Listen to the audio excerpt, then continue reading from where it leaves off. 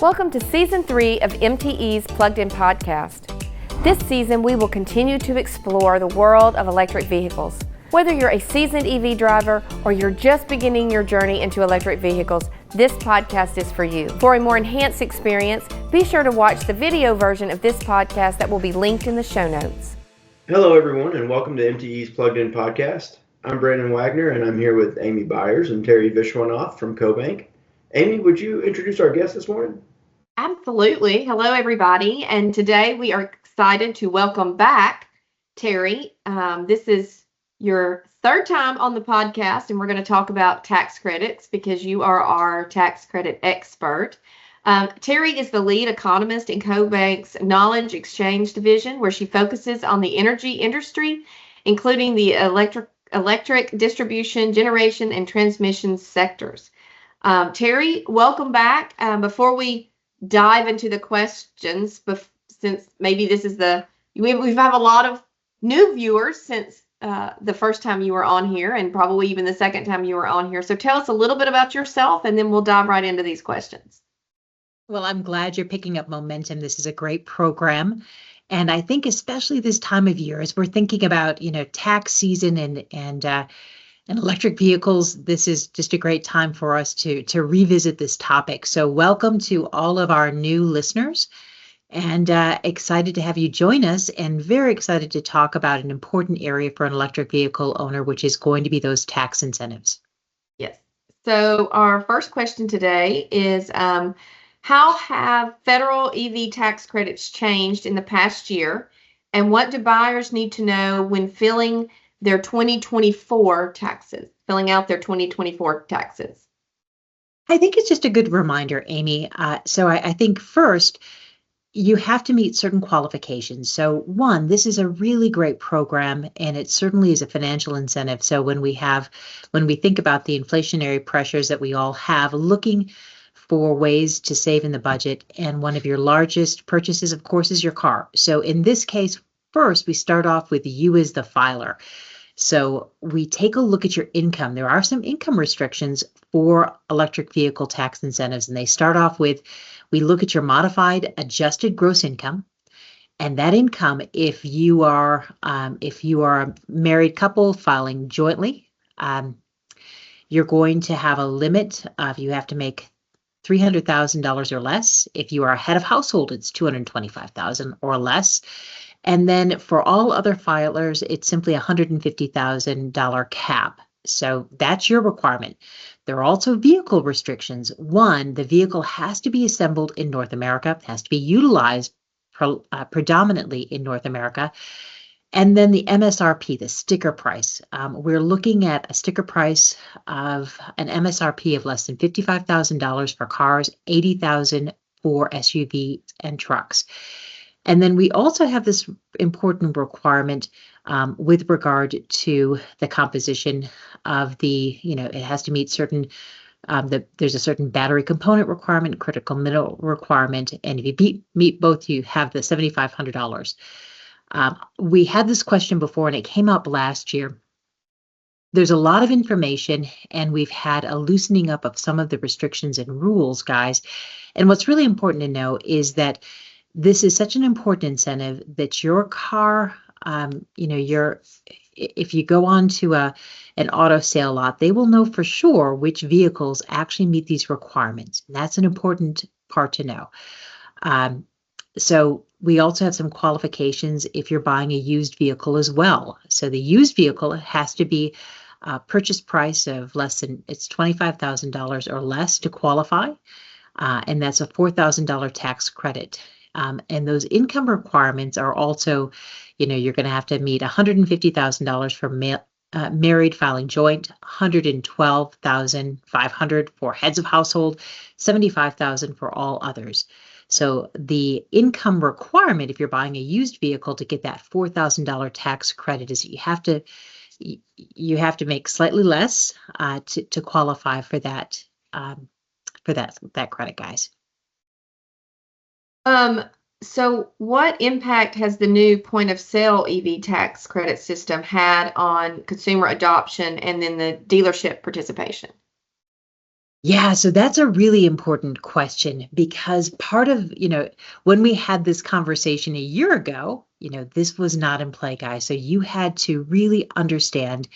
Now, when you go on to a dealership, they're going to know which vehicles qualify and they can talk to you a little bit about the income restrictions, but this makes it super easy. So a point of sale rebate, and most car buyers in 2024 took advantage of this program so that, one, instead of having to wait, and I think Brandon, didn't you have to do your filing a year ago on your car, I right? did. I sure Yeah. did. That's right. And so, had you held off, right, you would have Hmm. possibly been able to take advantage of the rebate. And this is even easier. Part of this program was the fact that not everyone has a tax burden. And if you're, if you're going to buy an electric vehicle and you don't have a $7,500 tax burden, you can't really take advantage of that program. And when you were filing, Brandon, but for buyers last year, which is great, that point of sale, meaning they get that benefit. You had mentioned you were looking forward to filing your taxes last year, remember? And you're like, I get my Yeah. tax credit. But, for buyers, they get this sort of immediate benefit, which is that point of sale. So in this case, our biggest news. So as of October, U.S. Treasury reported $2 billion were actually paid out to dealerships so people could take advantage. And we're talking about the majority of people. So as we think about this, that was the biggest news in 2024. It was the point of sale EV tax credit that allowed those buyers to transfer clean vehicle credits to, at the time of sale. So through the third quarter, what we see is that there were 300,000 EV buyers that collectively saved $2 billion on that point of sale program. So 93% of all vehicle transactions, new vehicle EV transactions, took advantage of this. And what was interesting to me, only 85% of used vehicle buyers took advantage of that program.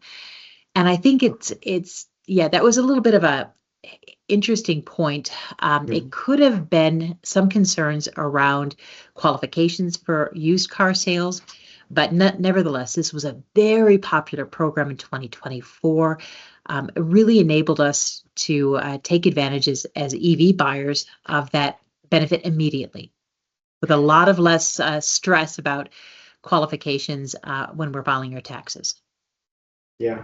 That's interesting because I was really wondering how the dealers were going to handle gross income and all that stuff. It sounds like they figured it out, and it does make a big cost difference by getting the reduction up front, because if you're buying a car and you're financing it, well, now you have to pay interest on the $7,500 that you're going to get, and you have to apply for more borrowing if you're going to borrow. You have to pay taxes on the 7,500. So yeah, I'm glad to see it going the way it's going. Very popular, and there's this trust, right? So the dealership has to be able to rely on, on the buyer to make an affirmation that they actually meet the income restriction requirements. But it seems to be working smoothly. That's So awesome. it's been a great program for last year for new car buyers. And it's interesting to think about over the last 3 years how much our conversation has changed, because for a while we were wondering, that if the dealers were going to know about the tax. Now it sounds like they know exactly which ones qualify, which ones don't. Yeah. And boy, that has changed a lot. You know what? I think the dealership saw this early on, Brandon, as being a really important way to move vehicles. So they knew that incentive was important for the buyer, and they got on it. And we can definitely see, because of how many dealerships that took advantage of that program, that was a really successful program, leading to higher new vehicle sales last year. Yeah, and that stat you shared about how many new sales and harvested that's awesome. $2 So, billion.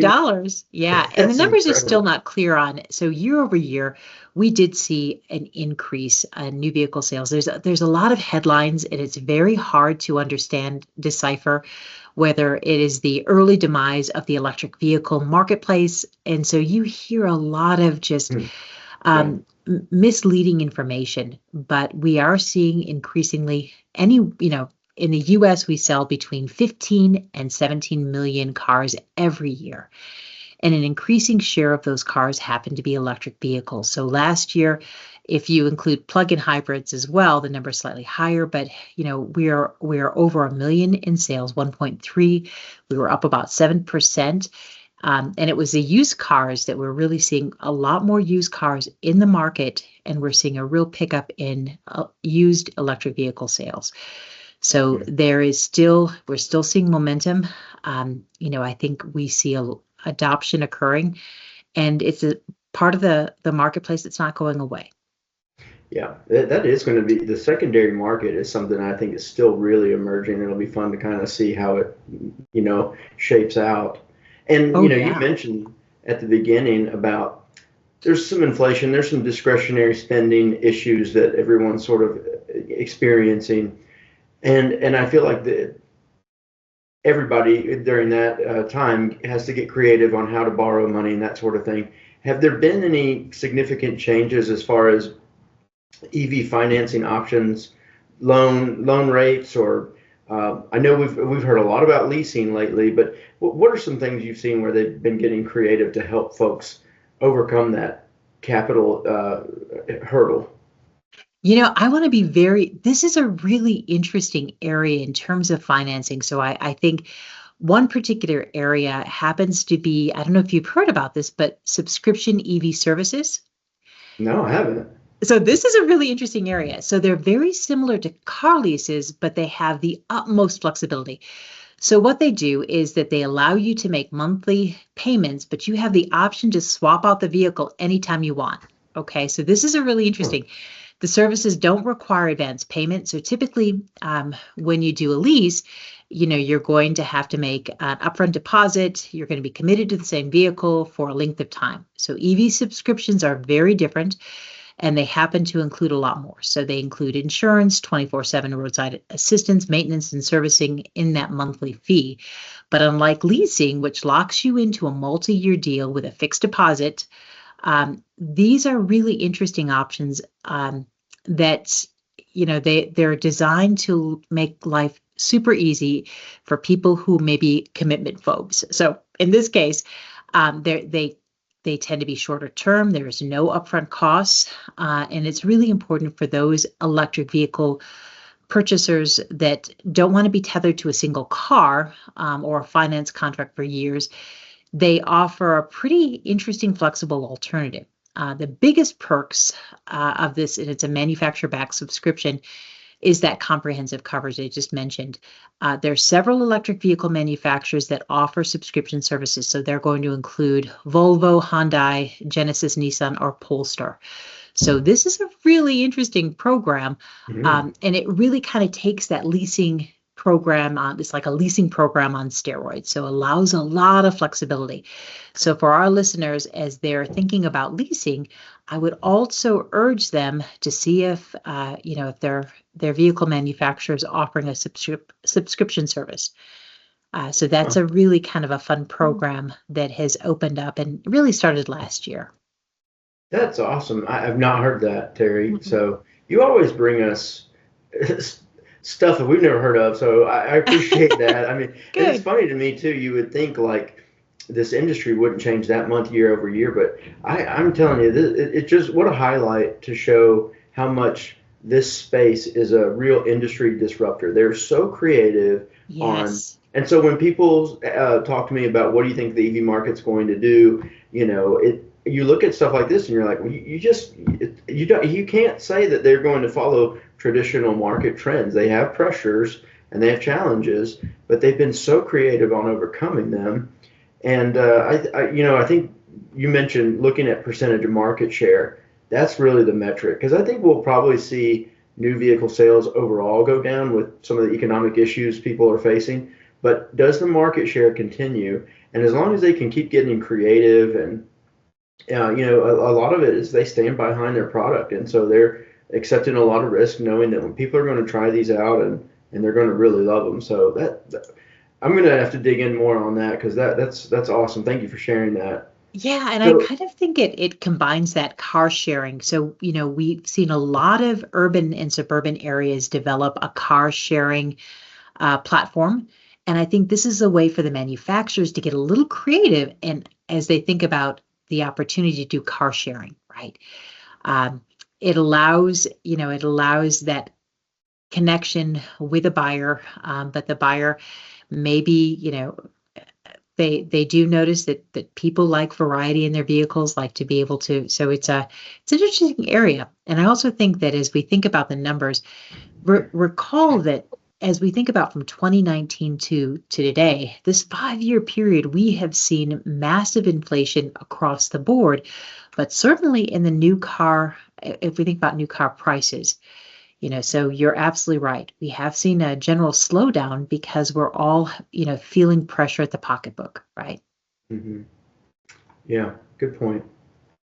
Have you noticed any of the qualifications? I know last year we talked about how every year there's going to be increased qualifications for battery chemistry, and it was written in a way that was hard to really interpret, like how does this qualify or that qualify?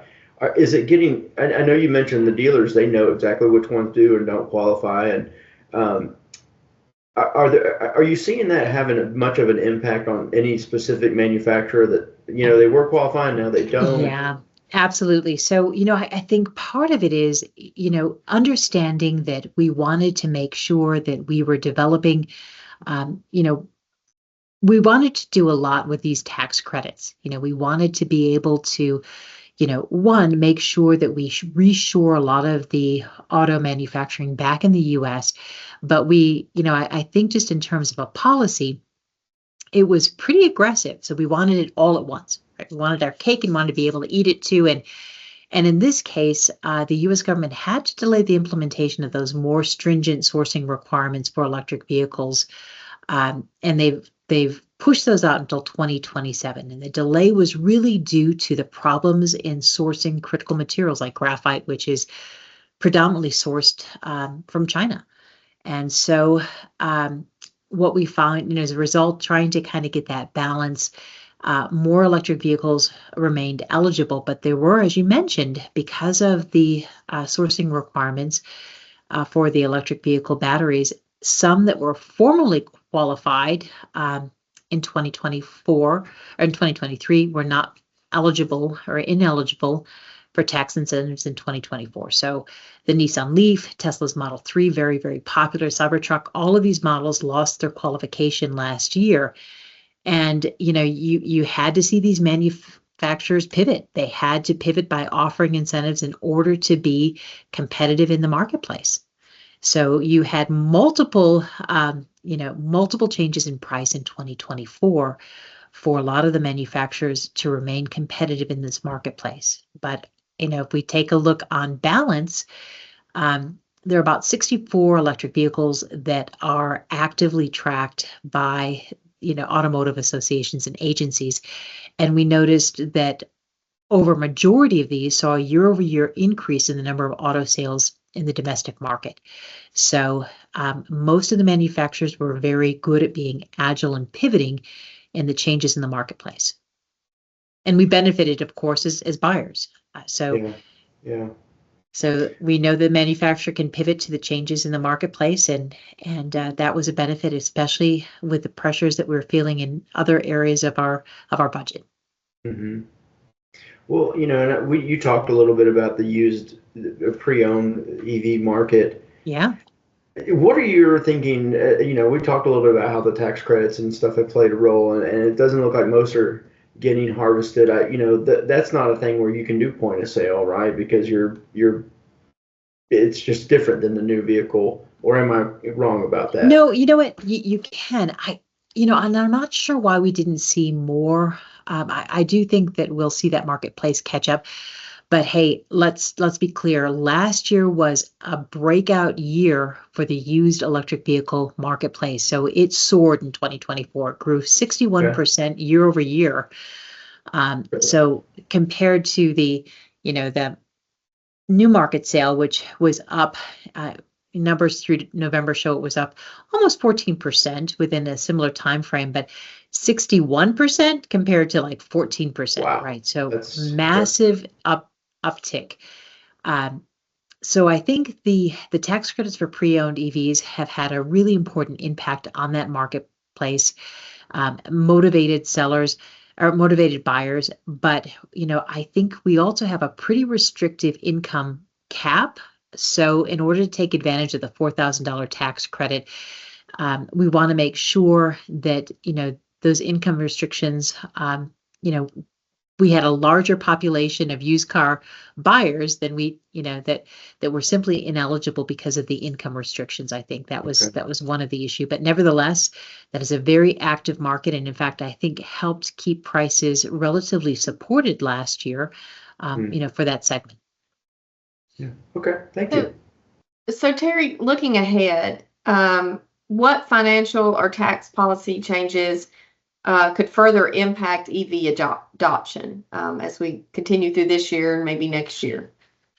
Yeah, so I think one, with a change in administration, electric vehicles are certainly one of, in terms of the platform that the Trump administration ran on, electric vehicles are certainly not going to be favored by the new administration.